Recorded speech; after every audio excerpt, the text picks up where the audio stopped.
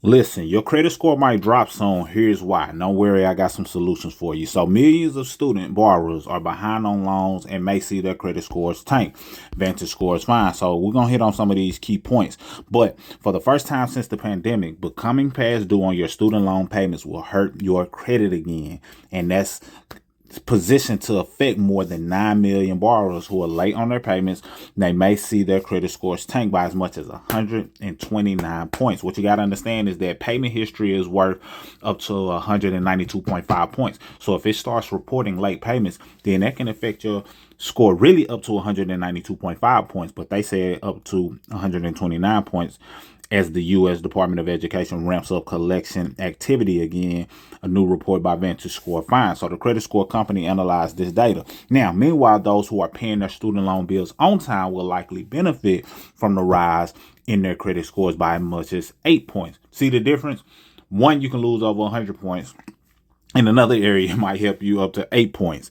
But that's what you got to understand that could be coming down the pipeline. So credit scores typically range from 300 to 850, with around 670 or higher considered to be good. Now, like I told you, I got something that can give you a solution. So if you find yourself in this situation, you want to get astute to what's going on overall with your credit so you can position yourself to win regardless of what changes and things that come about. Now, it's been a long time since the federal student loan borrowers have needed to worry about the downsides of missed payments, which can also include the garnishment of wages and retirement benefits. That's because the collection activity was suspended due to the pandemic for a while, and people were able to put their things in deferment, etc. But the relief period officially expired September 30th of last year. So for the first time in 5 years, federal student loan delinquencies will start to reappear on credit files. So here's what student loan borrowers should know about their credit score. So 43% of borrowers with bills due were behind. Do you fit into that category? Do you not? Do you know somebody who does? Share this with somebody who you feel may benefit, and give them access to what I'm going to give you that can help you understand credit overall. So around 9.2 million people. That's a lot.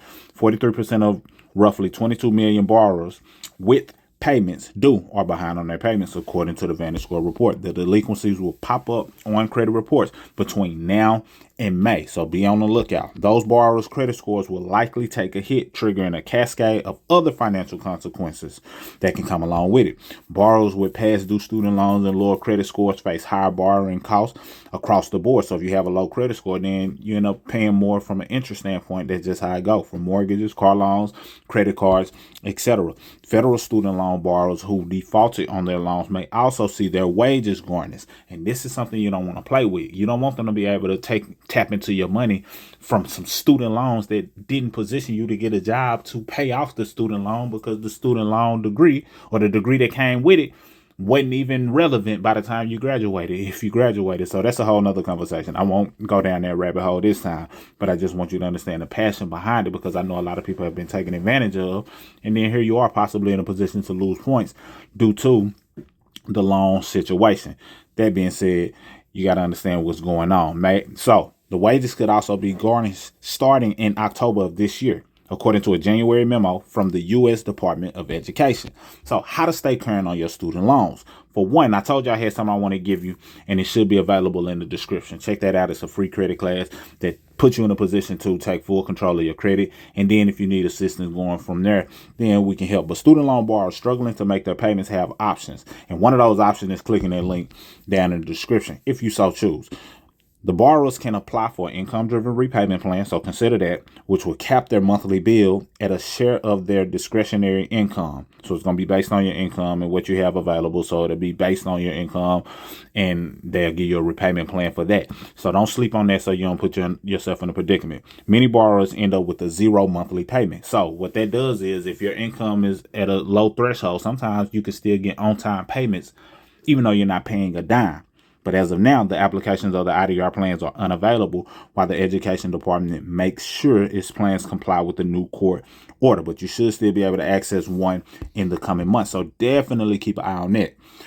Borrowers can also apply for a number of deferment or forbearances, which can pause your payments for a year or more. And many people, clients of mine, they're in deferment. It's showing as though their stuff is being paid on time.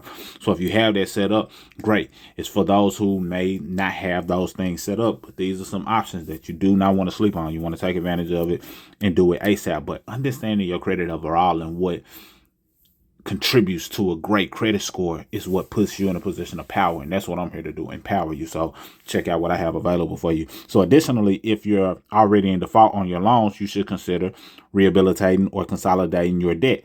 Now that's, situation specific, because sometimes it could be a good idea to do consolidations. Sometimes it's not. You have to understand your situation. It's a couple of different factors to consider, but the forbearance or the income driven solution, I think, is the best one. But this is without me knowing your situation. So rehabilitating involves making 9 voluntary, reasonable, and affordable monthly payments according to the education department. Those 9 payments can be made over a period of 10 consecutive months. So that's something, that you may consider as well. Consolidation, meanwhile, may be available to those who make 3 consecutive voluntary on-time full monthly payments. At that point, they can essentially repackage their debt into a new loan. So they're looking at it like, hey, if you at least prove that you are willing to make a certain amount of payments, then we can, switch up the loan terms to a degree. So if you don't know who your loan servicer is, you can find out at studentaid.gov. So check that out so you can find out. Experts also recommend that you check your credit reports regularly for free using annualcreditreport.com. And I should have a link for that down there as well. Not just for annualcreditreport.com, but I have another link that includes some freebies as well as the ability to pull your report for pennies and a free dispute letter as well. If you're still watching this video, you'll get access to that. But annualcreditreport.com to make sure all 3 credit rating companies, Experian, Equifax, TransUnion, are showing your correct student loan balance and payment status. Emphasis on correct student loan balance. Reason being, if it's incorrect data, something doesn't match, then their record keeping is off. And according to the FCRA, which is the Fair Credit Reporting Act, they need to have 100% maximum accuracy. That means that nothing should be off from one another. So if one person has one balance and another person has, a certain balance, then they both can't be right. Somebody wrong. So that's not maximum accuracy. So you can use that to your advantage to dispute it. And in many cases, either get it deleted or possibly even updated to positive. So when it comes to student loans, I'm not big on telling people to get it deleted. I'm more so big on telling people to try to get those accounts updated to positive status. The student loans are typically some of your longest and oldest accounts. So it could have its benefits if it's reporting positive status. So use whatever you can to your advantage, including the tools that I have made available to you down below. And you let me know, do you fall into the category of these millions of student borrowers who are behind on your loans that could potentially see this huge credit score drop? Or have you already set up yourself to where you have the income driven repayment?